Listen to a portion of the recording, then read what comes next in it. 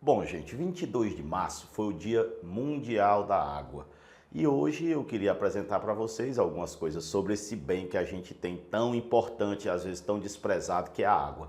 Um tema recorrente pra caramba no Enem, quando a gente fala de tratamento da água, quando a gente fala dos tipos de água que nós temos, quando a gente fala da distribuição da água no nosso planeta. Então hoje é o convite falar dessa coisa tão importante que é a água. Vem com a gente, se não está inscrito, aproveita, se inscreve, bota teu like, bota teu curtir, ajuda a gente, mas vamos nessa, vamos trabalhar, vamos ver o que a gente puder sobre a água, vamos nessa.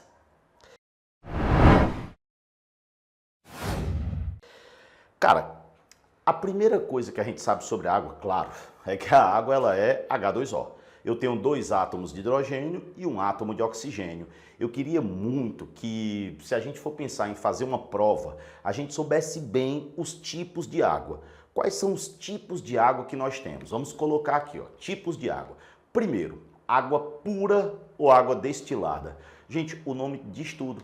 Água pura só tem água, é só H2O. Água destilada é aquela que passou pelo destilador, ou seja, é água pura, é água sem sais, é água sem nada. A gente costuma dizer que a água pura, só água, não é um bom condutor de corrente elétrica. Por quê? Porque não tem íons. Ela é deionizada. Então se liga, ó, água pura, água destilada ou água deionizada. Essa porcaria não tem íons, beleza? Vamos para o próximo tipo.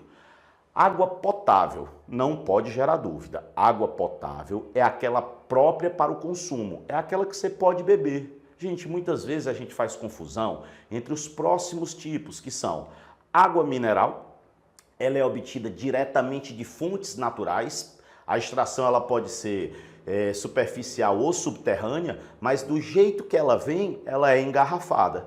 E eu tenho a água adicionada de sais. Essa é modificada pelo homem, ou seja, tem uma ação antropogênica. O homem adiciona sais, mas as duas são potáveis. Michel, qual é a melhor? Gente, tanto faz, misericórdia, tanto faz. Quando você adiciona os sais, você adiciona exatamente os sais que você quer para que a água se torne muito boa para o consumo. Vamos para o próximo tipo. Água salobra, o nome diz tudo, né? Se a água é salobra, ela é salgada, ela tem muitos sais. Gente, água dura, que muita gente fica brincando, é gelo. Não brinque com isso, porque senão na hora você pode esquecer. Água dura é aquela que tem muitos íons de cálcio e magnésio. E porra, se eu tenho muito cálcio e muito magnésio, o que é que a gente costuma lembrar? Na água dura, o sabão ele não se dissolve, o sabão ele precipita, porque o íon cálcio e o íon magnésio, eles reagem com o ânion do sabão e ocorre precipitação. Então o sabão ele perde a sua característica principal, ele perde eficiência dentro da água dura. Não esquecer, água dura não rola você colocar o sabão, ou seja, o sabão ele precipita. De boa? Guardou essa parada aí? Vamos para frente, vamos nessa. Vamos olhar a situação, ó. Água pesada. Gente, água pesada é quando você troca o hidrogênio, que tem massa 1, pelo isótopo dele, que é o deutério, que tem massa 2. A gente costuma muito representá-la como D2O. Olha aí, ó, D2O. D2O não se assuste, é H2O onde eu troquei o hidrogênio, que tem massa 1, pelo deutério, que tem massa 2. Esses são os principais tipos de água. Vou dizer um uso aqui da água dura. Aliás, desculpem, da água pesada, o uso da água pesada. Eu faço piscinas para reter radiação, então a água pesada, por ter uma densidade maior, ela ajuda na retenção da radiação. Então, quando eu quero armazenar o lixo nuclear, eu posso usar água pesada. Se liga como é importante? Então, eu tenho esses tipos de água. A próxima coisa que eu quero que vocês vejam é a distribuição da água no planeta, como ela é interessante. Então vamos pegar bem aqui, ó, vou colocar aqui pra gente a distribuição da água no planeta. Dê uma olhada, para e pensa. Cara, distribuição da água no planeta. Todo mundo em algum momento ouviu aquela besteira que diz assim: o planeta Terra não devia se chamar planeta Terra, devia se chamar planeta Água, porque tem mais água do que terra. Bom, aquela baquice, né? Mas enfim, a gente tem muito mais água do que terra. Mas quando a gente pensa na água no nosso planeta, 97% da nossa água é salgada. Olhe que número grande. Gente, não é um pouco não, pelo amor de Deus, ó, 97% é água salgada. Só 3% é água doce. E sobre a água doce, eu gosto sempre de lembrar o seguinte, gente, água doce não é doce. Água doce, ela não tem açúcar não, misericórdia. Não você vai chegar lá e dizer que água docinha, não existe isso. A água doce, ela tem sais, mas muito menos sais do que na água salgada. A diferença é que se nós tomarmos água doce, nós conseguimos nos hidratar. E se nós tomarmos água salgada, nós nos desidratamos por osmose. Então essa é a diferença entre a doce e a salgada, mas as duas têm sais. Tanto é que quando a gente bebe água, a gente está tomando água mineral. E como é bom a conservação desse produto. Por isso, dia 22 de março é o dia de lembrar esse bem tão importante, né? Mas olha uma outra coisa legal aqui. Dentro da água doce, a gente tem a maior parte da água doce que está congelada. Gente, a água congelada, ela não pode ser aproveitada diretamente. Então ela vai ser aproveitada de forma indireta. Ou ela vai ficar lá. Deus queira que ela permaneça durante muito tempo congelada, porque com o aquecimento global a gente não sabe, né? Detalhe. Aquela que a gente pode aproveitar e que a gente vai tratar e como cai o tratamento da água no Enem. Então, se você vai fazer Enem, se você está se preparando para uma prova desse tipo, você fica aí para acompanhar isso, ó. Gente, 71% da nossa água doce, ela está congelada, vocês podem ver. 18% ela é subterrânea. 7% apenas está em rios e, como a gente vê, cursos de água, né? Rios, lagos e etc. 4% é umidade, então a maior parte ou está congelada ou é subterrânea.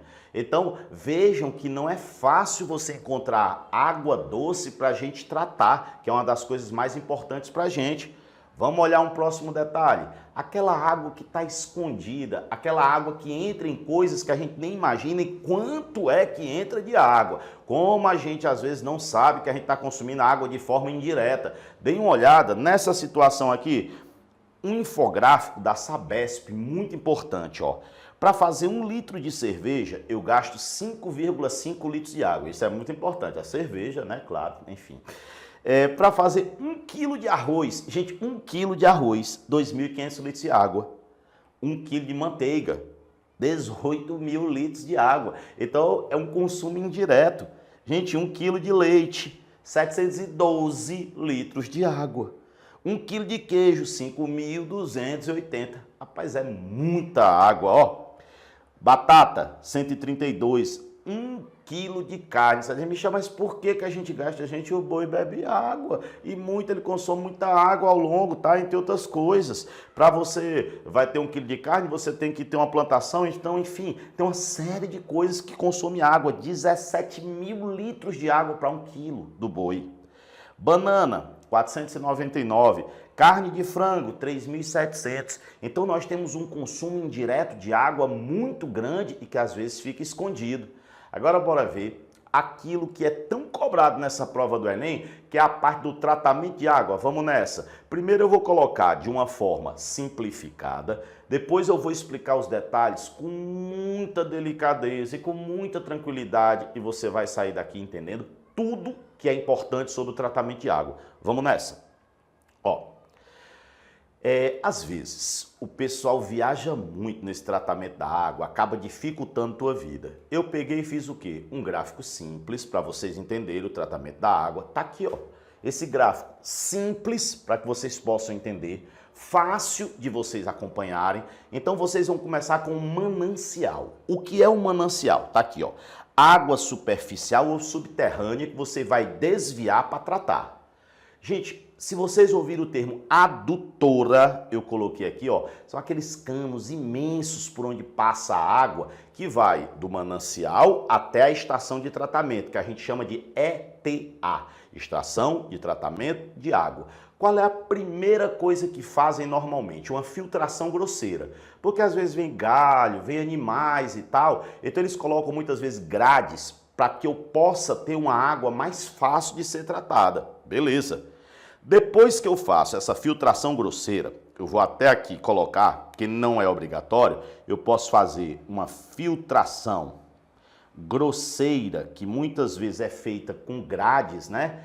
Eu vou fazer uma primeira etapa onde eu boto substâncias químicas. Gente, sulfato de alumínio e cal.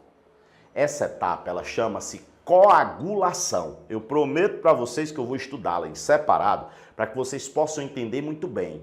Mas o que é coagulação? Eu coloco uma substância que gera coágulos. Gente, coágulos são gelatina.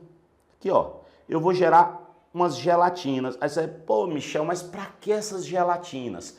Vocês imaginam que eu coloco gelatina dentro da água?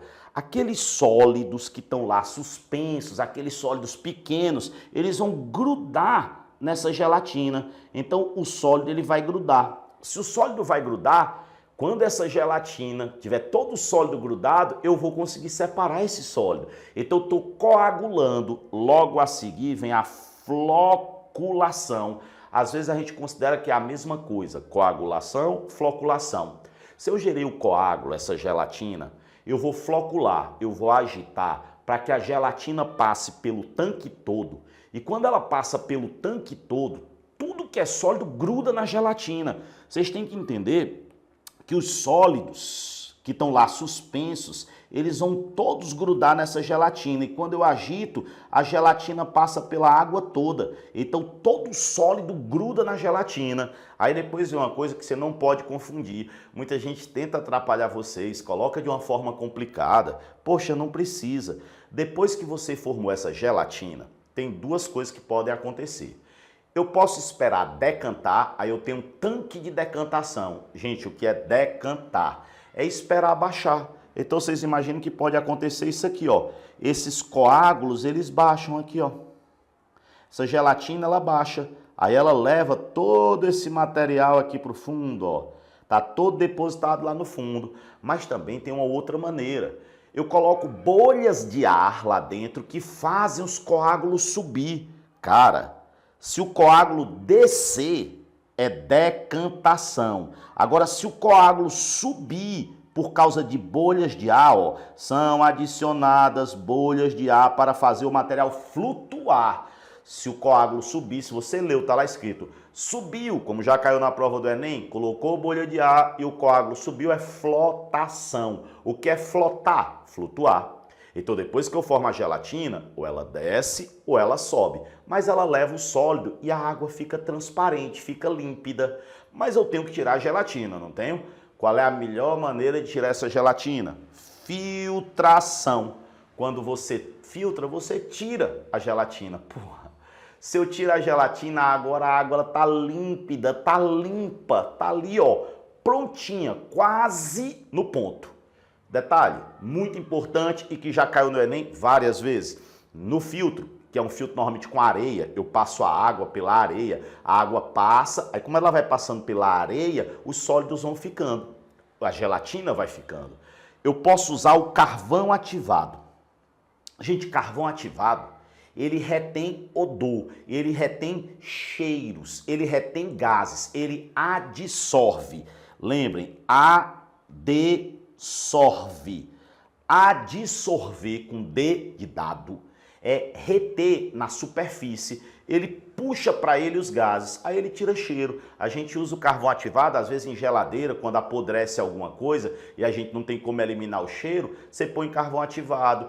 Até em casos de infecção não, em casos de intoxicação por algumas coisas que são voláteis, a pessoa pode ingerir o carvão ativado para poder se desintoxicar. Então é uma substância muito usada. Então carvão ativado, você pensa em gás, odor, ele retira odores. De boa? Depois que você filtrou, que tirou a gelatina, você vai fazer a cloração. Cloração é a desinfecção. Você vai matar os micro-organismos. Por último, gente, vem a fluoretação. A fluoretação é para diminuir a incidência de cárie. É para fazer uma substituição no esmalte dos dentes e tornar o esmalte dos dentes mais resistente. Eu preciso só que vocês saquem uma coisa. Fluoretação é a adição de fluoreto. Às vezes a gente diz de forma coloquial que é flúor, mas se fosse flúor que eu colocasse na boca, realmente não ia ter mais cárie, mas não ia ter mais dente, não ia ter mais boca, não ia ter mais porra nenhuma. Ia acabar com tudo, porque ele é um oxidante muito forte. Então o fluoreto, na verdade, ele troca o esmalte do dente e faz com que o esmalte fique mais resistente. Bora fazer um resumo antes de entrar no aprofundamento? Olhem para o tratamento da água, agora me acompanhem. Qual é a primeira coisa? Manancial. Lago, rio, água subterrânea, adutora chegou na estação. Eu posso fazer uma filtração grosseira para tirar alguns animais, galhos e etc. Depois eu boto o sulfato de alumínio e cal para gerar gelatina. Aí todo o sólido gruda na gelatina. Aí eu deixo, obviamente, ele passar por toda a água ali. Eu faço, como a gente colocou aqui, a floculação e a coagulação. A gelatina se agita, tudo gruda. Aí eu deixo aquela gelatina baixar ou então boto o gás para ela subir. Se baixar, decantou. Se subir, flutuou. Depois eu filtro para tirar a gelatina. Depois que eu filtrei, a água está límpida, eu boto cloro. Aquele cloro é colocado na forma de hipoclorito de sódio. Eu pus aqui a fórmula para você saber, ó. Hipoclorito, que é o mesmo princípio ativo do alvejante sanitário, né? Eu posso colocar um pouco de alvejante também para tratar a água. Em locais onde não tem água tratada, você pode colocar o alvejante doméstico. E por último, você coloca flúor. Vocês viram que não é difícil, que às vezes complicam a nossa vida? Então, ó, você coleta a água, bota na estação, às vezes filtra ali no começo, aí faz o quê? Uma coagulação, gelatina, depois você agita para a gelatina passar em todo canto e grudar o material, você deixa decantar ou coloca bolha de ar para subir, depois você filtra, às vezes com carvão ativado para tirar cheiro, para tirar aquele coisa podre. Depois que você faz isso, você bota cloro, bota flúor. Então, ó, filtrou, coagulou, depois agitou, depois filtrou de novo, depois fez a cloração e a fluoretação. Vamos aprofundar só um pouco. Ó, vocês viram que quando a gente fala de coagulação, essa é boa para todo mundo, tá? Coagulação, a gente coloca o sulfato de alumínio, que é o Al2SO4, 3. Mas, poxa, por quê? Gente, o alumínio ele tem inox mais 3. Se vocês olharem aqui, ó, 2 vezes mais 3 dá mais 6.